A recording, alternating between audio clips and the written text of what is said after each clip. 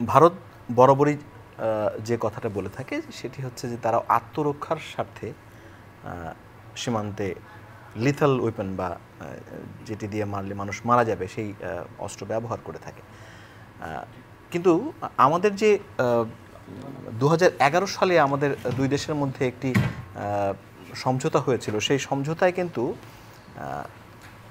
আমাদের কূটনৈতিক দুর্বলতা আমি একটু দেখি এই কারণেই বলছি যে ওই সময় যখন লেখা ছিল যে আত্মরক্ষার খাতিরে দুই দেশের সীমান্তরক্ষীরা চাইলে লিথাল ওয়েপন ব্যবহার করতে পারবেন, তবে এটি করা বাঞ্ছনীয় নয়। অর্থাৎ এটা আমরা চাই না এরকম করা হোক। এই লাইনটা খুব দুর্বল মনে হয় আমার কাছে। এটাই যদি খুব আমরা নেগোশিয়েট করে খুব শক্তভাবে বলতে পারতাম যে এখানে ব্যবহার করা যাবে না লিথাল ওয়েপন, নন লিথাল ওয়েপন ব্যবহার করে আপনি প্রোটেক্ট করার চেষ্টা করেন, তাহলে হয়তো বিষয়টা অন্যরকম। যেহেতু ইতিহাস বলে অনেক সীমান্ত, যেহেতু আমরা জানি যে আমাদের এই উদাহরণ আছে, আপনি যেটা বললেন 1000+ মানুষ মারা গেছে গত 10 বছরেই। 1972 সালে যেটা খুবই কম ছিল, 73, 74, 75 পর্যন্ত খুবই কম ছিল, আস্তে আস্তে বাড়তে বাড়তে এটি শেষ দশকে আমরা দেখেছি যে এটির সংখ্যা অনেক বেড়েছে, আশঙ্কাজনকভাবেই বেড়েছে। সবচেয়ে বড় কথা হচ্ছে যখন আমরা দেখি যে ফেলানির মতো একটা কিশোরী 65% পর্যন্ত বিদ্যুৎ বিল সাশ্রয় করে আপনাকে রাখে প্রশান্তিতে। ওয়ালটন ফ্যান হাওয়া বদলে দেয়।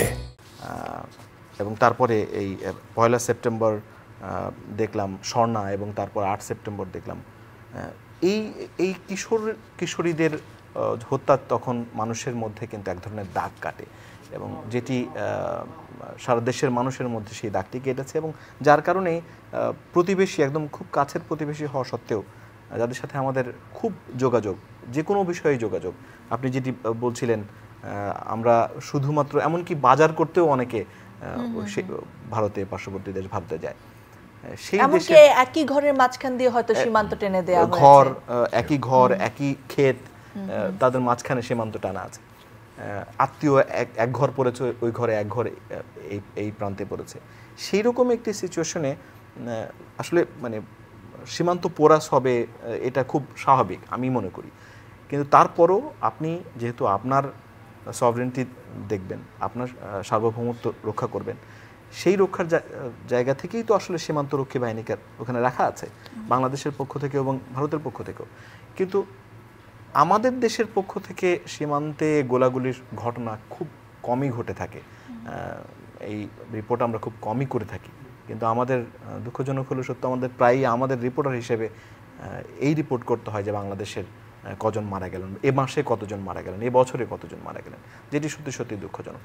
কূটনৈতিক তৎপরতাই আর একটু যদি শক্তিশালী হতে পারতো, ওই যে ক্লজগুলো যেখানে লেখা যে লিথাল ওয়েপন ব্যবহার বাঞ্ছনীয় নয়, ওটা না লিখে আমার মনে হয় লেখা উচিত ছিল যে লিথাল ওয়েপন ব্যবহার করা যাবে না। 2011 সালে যখন ডক্টর মনমোহন সিং বাংলাদেশে এলেন, তখনও কিন্তু এই বিষয়টি নিয়ে বেশ এজেন্ডার আমাদের গুরুত্বপূর্ণভাবেই এই এজেন্ডাকে আমরা তুলে ধরেছিলাম, এবং তখন কিন্তু আবার একটি মেমোরান্ডাম অফ আন্ডারস্ট্যান্ডিং, যেটাকে এমওইউ বলি, সমঝোতা স্মারক সই হয়েছিল। সেখানেও কিন্তু আমরা স্পষ্টভাবে বলেছিলাম যে এই যে হত্যা, সীমান্ত হত্যা, সেটাকে শূন্যের কোটায় নিয়ে আসার জন্য। যেটি অ্যাম্বাসেডর হুমায়ুন কবির বলছিলেন যে দুই রাষ্ট্রের পক্ষ থেকে কাগজে কলমে কিন্তু এই বিষয়টি লিখিত আছে যে সীমান্তে হত্যা করা যাবে না, এটা শূন্যের কোটায় নিয়ে আসতে হবে, এবং নন লিথাল ওয়েপন ব্যবহার করার প্রতিশ্রুতিও দুই দেশের মধ্যে আছে। যেটি প্রয়োজন আমার কাছে মনে হয়, আমি ভারতের একটি অনুষ্ঠানে একটি আসলে ওয়ার্কশপে যুক্ত হয়েছিলাম, সেই ওয়ার্কশপে একজন মনোবিজ্ঞানী কথা বলছিলাম, আমার ওনার কথাটা যদি একটু কোট করে, আমার নামটা মনে নেই, উনি বলছিলেন যে দুই দেশের জওয়ানদের মধ্যে, অর্থাৎ ভারতের বিএসএফ এবং বাংলাদেশের বিজিবি, তাদের এক ধরনের ক্লাস নেওয়া প্রয়োজন, মানসিক যেটি কি বলে, এটাকে কি টার্মিনোলজি কি ব্যবহার করা যায়, যে তাদের মনস্তত্ত্ব নিয়ে একটু কাজ করার প্রয়োজন আছে, যেন এই বিষয়গুলো তাদের মাথায় থাকে সব সময়, যে এই ছোট্ট একটি বাচ্চা, সে নিশ্চয়ই তার জন্য হুমকি নয়, বা আসলে কে তার জন্য হুমকি। ঠিক এবং কোন মানবিক মুহূর্তে দিকটিও মাথায় রাখে, এখানে তো রোবট কাজ করছে না যে মানুষের আকার দেখলেই সে গুলি করে হ্যাঁ, ফেলবে। ঠিক কোন মুহূর্তে তাকে লিথাল ওয়েপন তাকে ব্যবহার করতে হবে, এই বিষয়গুলো নিয়ে খুব ভদ্রমহিলা, আমার ঠিক নামটা মনে নাই, উনি দারুণ বলেছিলেন যে মনস্তত্ত্ব নিয়ে কাজ করা আসলে সময় এসেছে। যে একজন গুলি করা মানেই হচ্ছে মানুষকে মারা, মানুষ মারা কোনো সলিউশন হতে পারে না, সেটি যে কোনো সীমান্তেই, সে আমেরিকার মেক্সিকোর বর্ডারে হোক আর বাংলাদেশ আর ভারতের বর্ডারে হোক। কারণ আপনি ওই যে কথাটি সব সময় আমরা বলি, আপনি আপনার প্রতিবেশী পরিবর্তন করতে পারবেন না। 4000 কিলোমিটারের যে বাংলাদেশ আর ভারতের বর্ডার, আপনি চাইলেই কালকে এটা বদলাইতে পারবেন না। ফলে আপনাকে বন্ধুত্বের সাথেই এই সীমান্ত সম্পর্ক রক্ষা করতে হবে। এবং তাই যদি হয়, দুই দেশের নানাভাবে দুই দেশ কানেক্টেড, একেবারে অর্থনৈতিকভাবে যদি বলেন তাতেও কানেক্টেড, আমরা তাদের উপর নির্ভরশীল, তারা আমাদের উপর নির্ভরশীল অর্থনৈতিকভাবে, একদম পারিবারিকভাবেও আমরা একে অন্যের সাথে যোগাযোগ আছে। দুই দেশের সীমান্তের মাঝখানে আমরা কিন্তু একটা মানবিক দৃশ্য দেখি পয়লা বৈশাখের দিন।